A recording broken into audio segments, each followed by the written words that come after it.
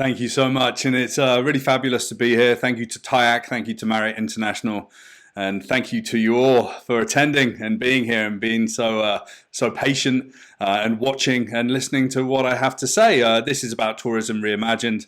This is something that I call the dream, or le rêve, and why would I call it that? Well, back in the day, I was when I just moved to Canada for the first time. I was working for an advertising agency and working with the Canadian Tourism Commission, Destination Canada. And we were doing some surveys and we were chatting to a number of people to ask them what they really thought about Canada. And we had an interview with a French traveler, and she came up and she said, well, it's the dream, it's le rêve. No, I never imagined what Canada could be to me. I'm going to be coming back every year. So I like that as a theme for this entire presentation, tourism reimagined, the dream, le rêve. And I think that if we start dreaming big and seeing our way out of what is quite a tough situation right now, we can start looking to a really bright future. This keynote really is going to go into sort of the short-term view of the world and some of my strategic thinking around what we should be doing today. And then I'm going to help us look a little bit further out. And then I'm going to help us think about using foresight within all of our tourism-based businesses to start planning for the future that we don't quite see today, but we can imagine, and then we can bring back evidence of those future stories that we tell so that we can create resiliency, better strategic planning, we can anticipate risk. So I'm going to start off by talking about Airbnb a little bit. And Brian Chesky, the CEO, said we spent 12 years building our business and within 6 weeks lost about 80% of it. And that's kind of how it feels like for everyone that's a tourism professional today. But it's interesting. When I sat down after reading this quote and I was thinking about this keynote, I was thinking, what about Canada? Well, Canada isn't a software platform. Canada's tourism is built into every Canadian that's out there, every business that operates, every destination marketing organization, TIAC and all of its peers as well. We are the resilient ones. We are the people that don't disappear even in the face of difficult times like the pandemic. We are that foundation, and that gives us resiliency. It gives us creativity. It's very human. It's very connective, and we can connect both within our country and during hard times, and we can still connect to the world and invite them to come and see the amazingness of this place that we call home. But really, we didn't really see the pandemic coming. I work in foresight. I'm a futurist, and I've been doing this for a number of years based on my strategic planning background for over 20 years. And then I sort of dialed it up, and now I look out 5, 10, 20 years, and I really help my clients look out. And really, pandemics are one of the most worked through scenario that people have gone through. I mean, places have had pandemic plans, and we've sat in workshops and we've asked ourselves what would really happen. But really, we haven't seen something like this for so long. Dr. Fauci down in the United States has said we haven't seen a pandemic like this for 102 years. But it's taken us this situation to see the weakness of the industrial complex that we find ourselves in. And, you know, all of these are foundational to how we run our businesses in tourism. Energy, transportation, whether that boats or flights or cars or transportation like train travel, food supply, healthcare and support for the vulnerable. And really, we've even seen democracy and globalization shaken to its core. Who's flying in and out of Canada right now? Very, very few people. It's really shaken the tourism industry. And some people are saying that it's between $3 and $8 trillion impact just to tourism alone. So it's tough. So the expenditure's gone down, and I think we're going to face a pretty tough time for the next 18 months to 24 months.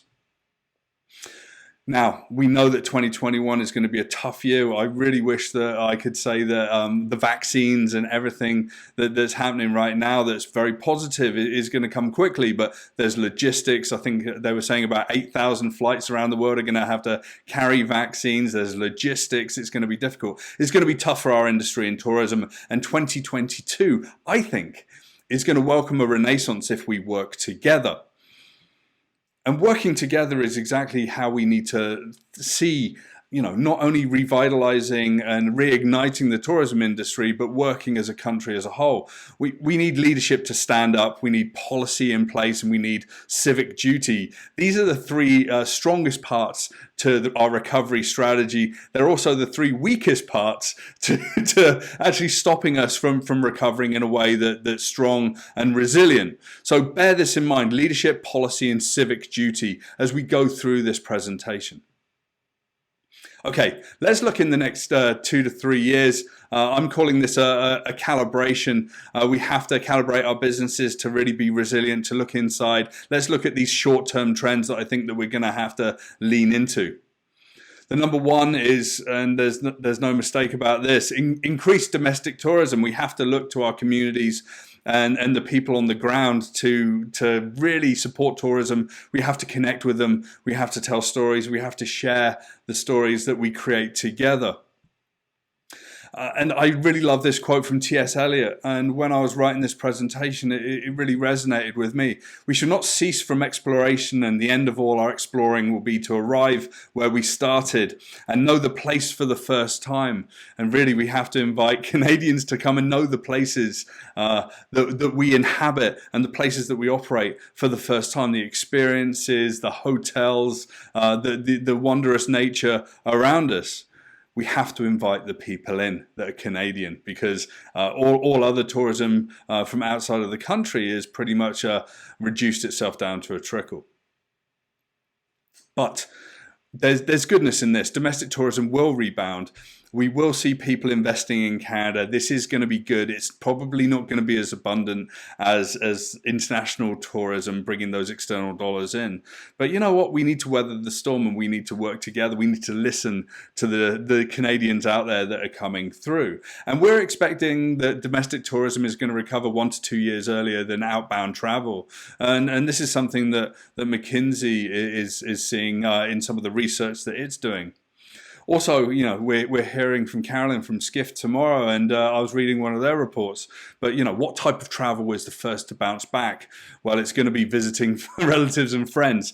So how can we weave our experiences into the journeys from where we live to where our friends live, where our families live? How can we really invite all of those people in those familiar units, those communities, to come out and participate? Super, super important for the next year to 2 years. Now, I've been going out there trying to find some great stories, and TIAC's been sharing some with me as well. Medicine Hat, amazing story here. Tiki Press is a t-shirt store in Medicine Hat, and in the first weeks of the pandemic, they thought, oh, how can we support local businesses? And they came up with the "Wish You Were Here" campaign, and that was to link the community to local businesses by printing t-shirts and by raising some funds for those businesses to help them really survive the initial lockdown. And what's fabulous is, in the first week, 500 t-shirts were sold. And the business model that they built was to share 50% of the effort it took and the investment it took to make the t-shirts, print them, buy the goods and ship them, and 50% to the businesses. What's really important with this is it builds cohesion in the local community. If you're operating a tourism-based venture in a community, you have to really get close to the people that surround you. There will be a viral effect, excuse the pun, from people sharing on social media the goodness that you do in the world. So things like Tiki Press and what they did with their t-shirts traveled far and wide and became a national story. And that's what we can do with all of our businesses. I also like to see initiatives like Amazing Places bringing us to the outdoors. We know that people are going to come into the outdoors more than ever. We know that Canada offers that 365, 25/7, all the year through. So people can come through and people can come and see the places that are really wondrous outdoor expedition-based activities, and even just more slow saunters with the family as well. Second trend in the next couple of years will be itinerant and luxury tourism and travel. And why would I put the letter K on the screen right now? Well, we're kind of heading towards a K-shaped recovery.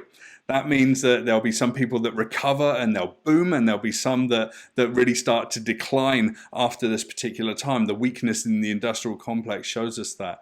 If you look at it this way, Zoom is having an incredible recovery and boom time. Its business valuation is through the roof, and it's worth more than Exxon, the oil company, in terms of market cap today. That's kind of a good demonstration of how that is. But you can also see this as there's going to be people that are going to really struggle, and it's going to be a really tough couple of years. We need to invite those people in. That's the downward curve of the K-shaped recovery. But there's also going to be people that have made a good amount of money, whether it's through investments, whether it's through the businesses that they build, or even the high net worth or ultra high net worth individuals. And looking at those individuals, and I've worked with communities and I've worked with luxury brands to really connect with those people, there's an opportunity to create ultra luxury tourism for these people far and wide.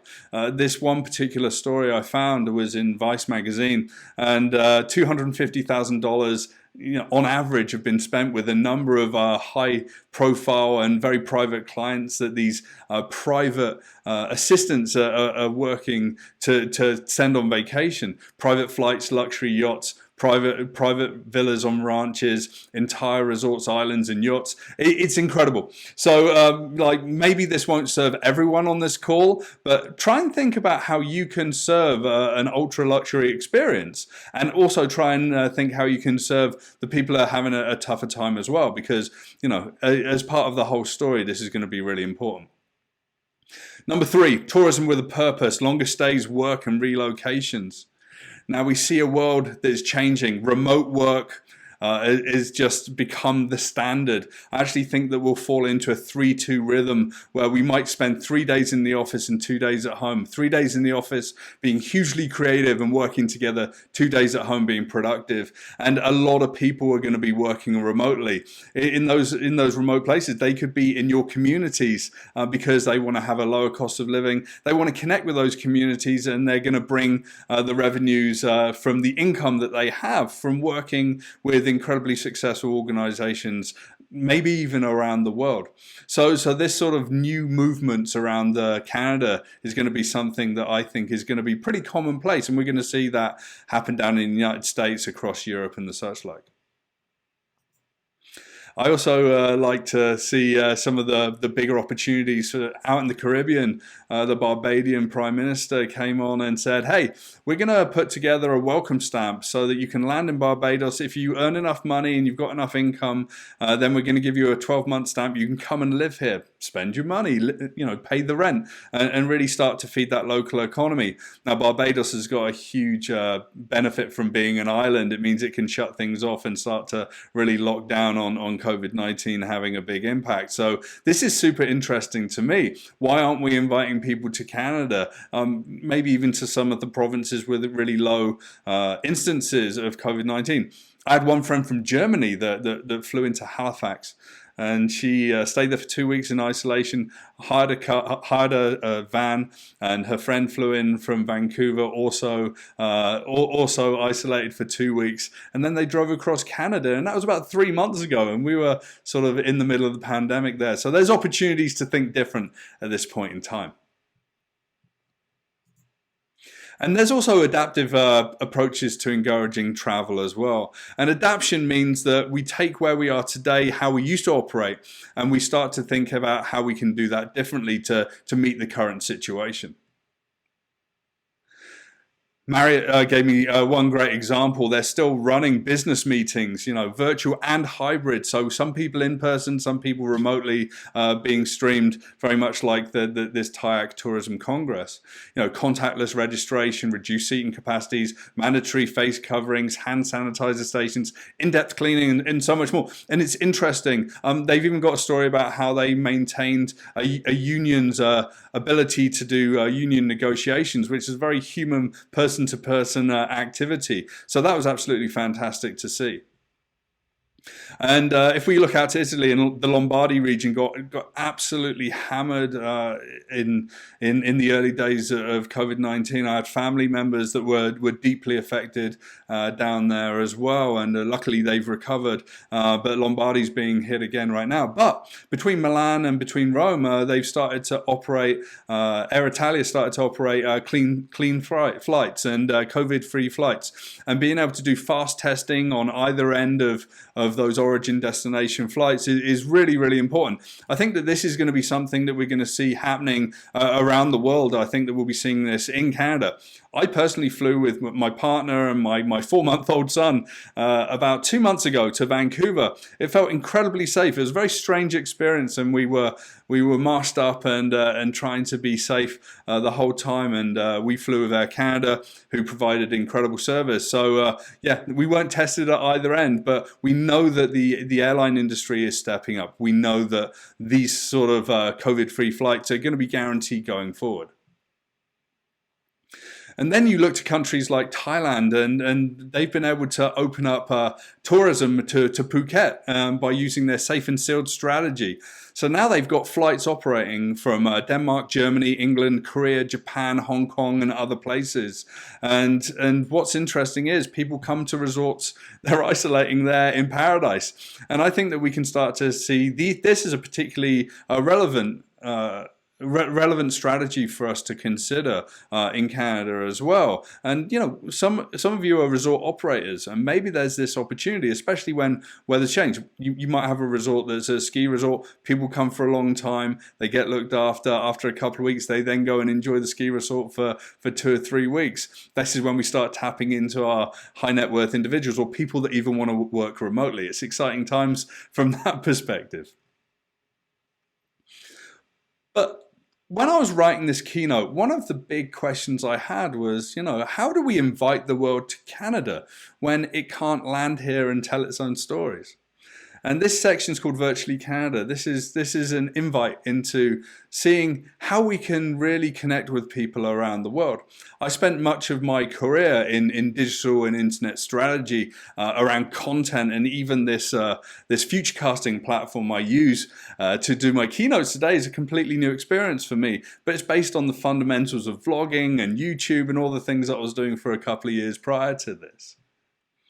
What's interesting is I came to Canada in 1999 for the first time.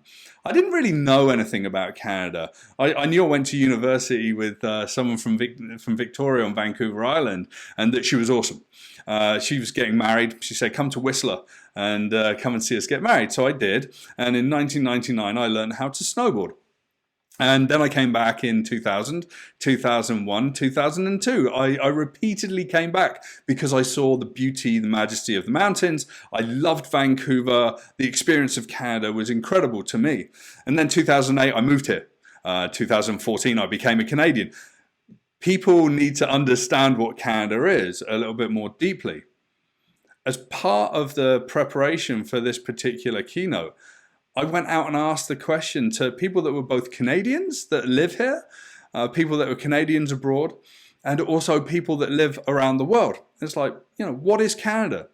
You know, what can you tell me about Canada? What is it to you? And the people that have been here, there was no question they could describe exactly, you know, the sense, the feeling, the people, the culture, all of the good stuff.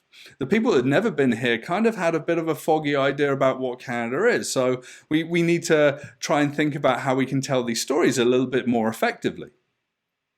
And I think to do this, we can utilize something that's called the monomyth. This is the hero's journey. And this is used by master storytellers like Disney and other film producers. The hero goes through various stages of their journey. They get helped along the way. See that as you. They go into difficult times and they go into highly elated times as well. You're there as well to support them. Then they come back to where they started and they tell the stories. And this part of the Virtually Canada experience is to start pushing out more content online, and so that people know who we are during a pandemic, before the pandemic, and even beyond it as well. Now, I think one of the great examples over the last couple of years was Whistler Blackcomb. They produced a movie called Magnetic. It was a full-length movie just filmed in Whistler. A great friend of mine, David Smith, actually was the creative director on the project and worked extensively with them. And it really got high awards and plaudits. And this kind of in-depth, deeper experience is what we need from the content that we actually produce.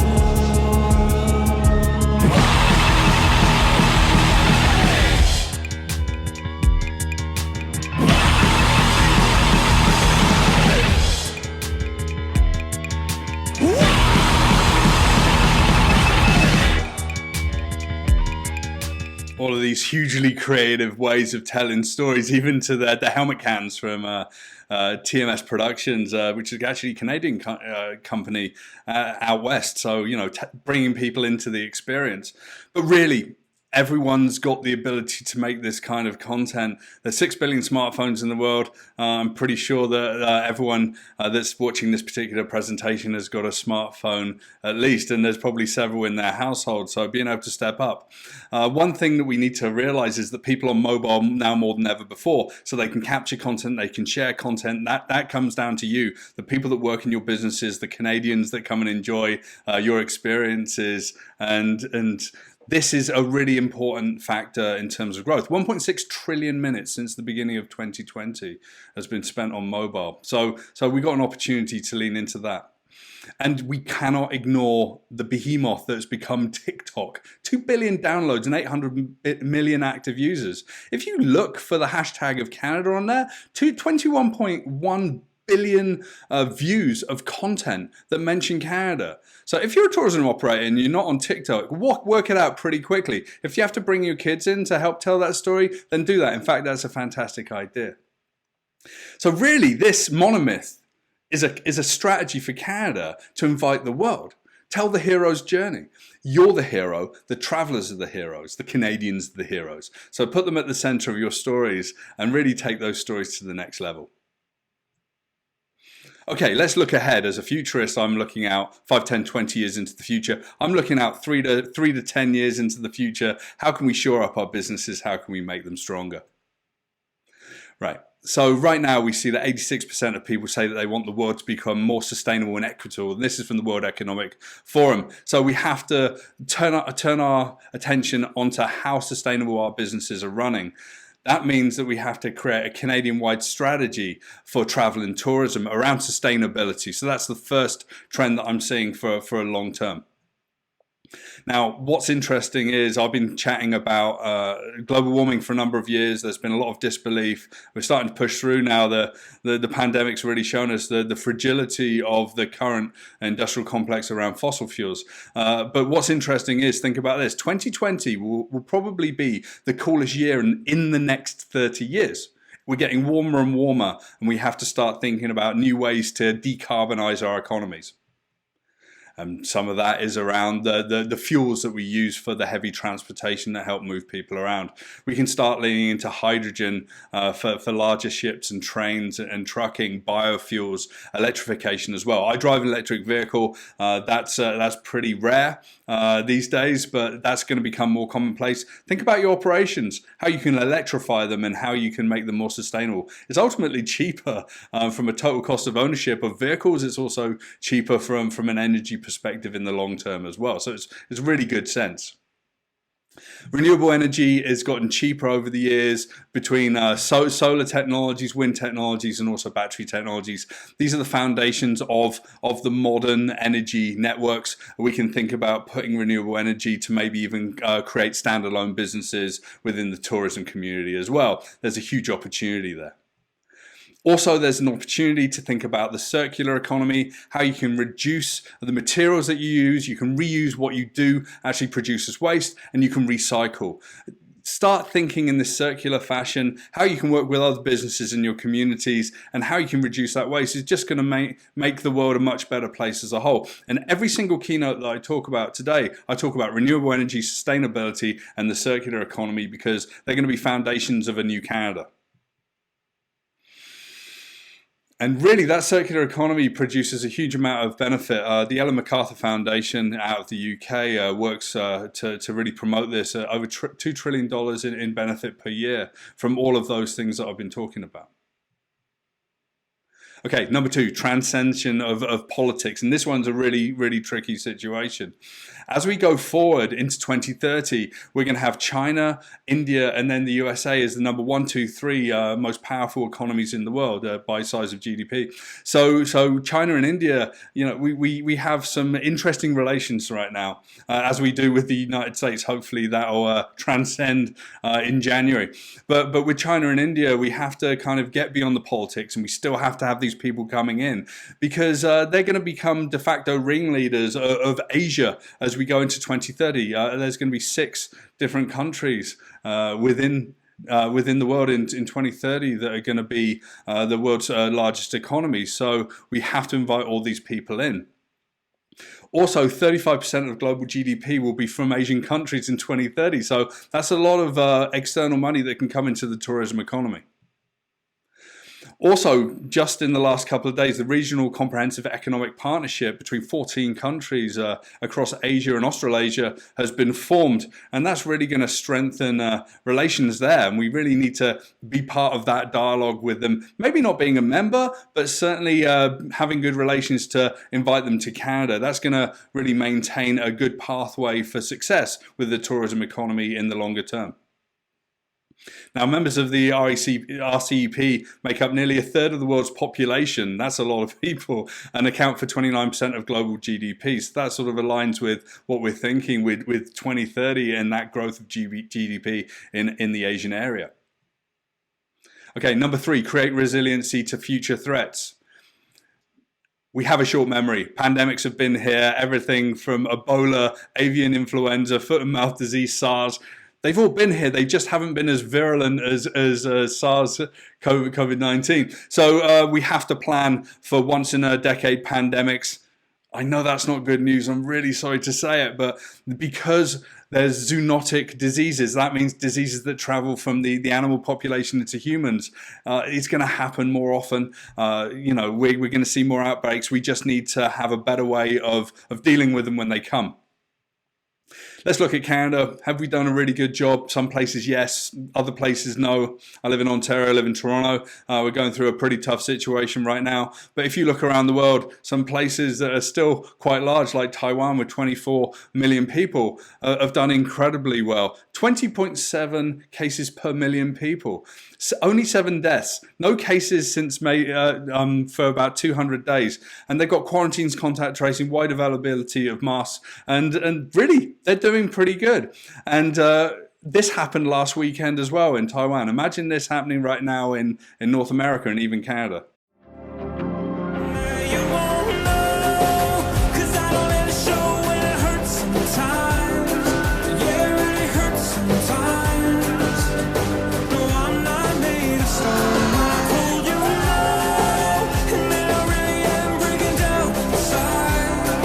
Could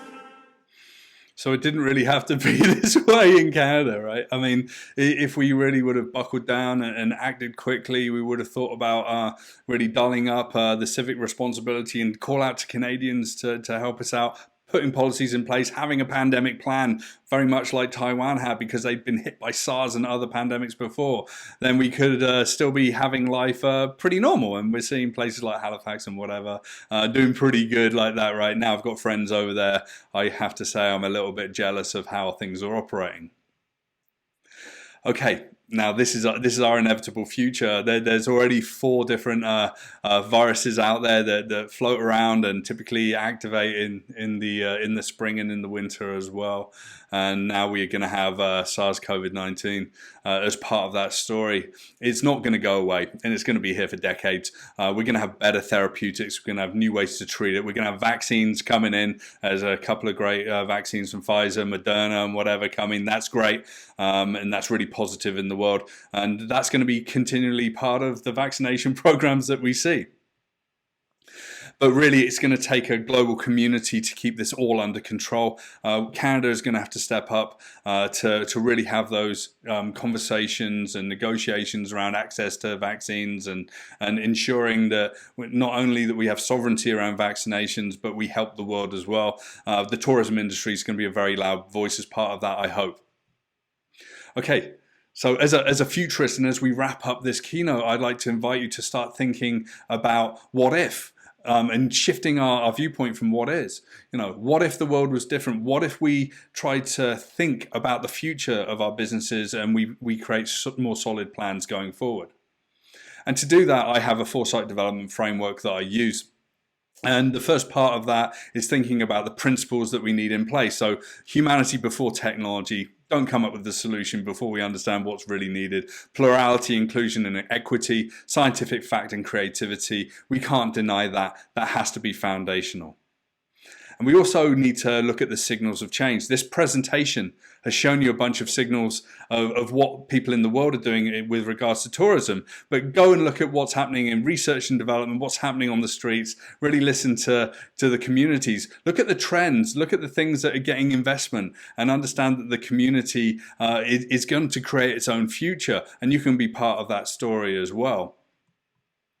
And then start projecting out initiatives 5, 10, 20 years into the future. Start looking across the dimensions of financial, organizational, regulatory, cultural, environmental, political, technological, and social changes, and then start seeing how they interrelate. And then you can project out by looking at hypothetical scenarios. What if the world was going to change into that 10-year horizon? And then we can go even further by writing speculative fiction. We're kind of really pushing into science fiction at this point, but it's really valuable to think about a world in 20 years. What does Canada look like? What does your business look like in 20 years? Just start telling some stories between you and your friends and your businesses. And then once you've got that evidence from the future, we can backcast some of that evidence and look at today and see how it would affect how we would operate our particular way of working. Now, I work with a number of different companies to do this, and a couple of years ago, I worked with YVR Airport to reimagine YVR 2037. Plans for the future of YVR are taking shape. Our 2037 master plan is a blueprint for an airport that'll continue to reflect the best of BC: sustainable, welcoming, and diverse. YVR will be a feast for the senses, a hive of activity and interaction, a business hub for entrepreneurs, and a unique retail experience that is second to none. Help shape the future of our world-class sustainable airport by attending public meetings and sharing your input online. Okay. This kind of work looking to the future is something that is incredibly exciting for me. I think it should be exciting for you. Look to the future, look at leadership policy, look at civic duty, understand where we're likely to go and what that looks like, and start wondering, what if the world was going to work differently, and then dream about a brighter future for us in the tourism industry. The next couple of years is going to be tough, but I think that we're going to get through this, and then I think the rebound is going to be incredible. I look forward to chatting to more of you and really hearing some of your questions in the next session that's going to happen here at the Meet the Speaker session. Thank you very much.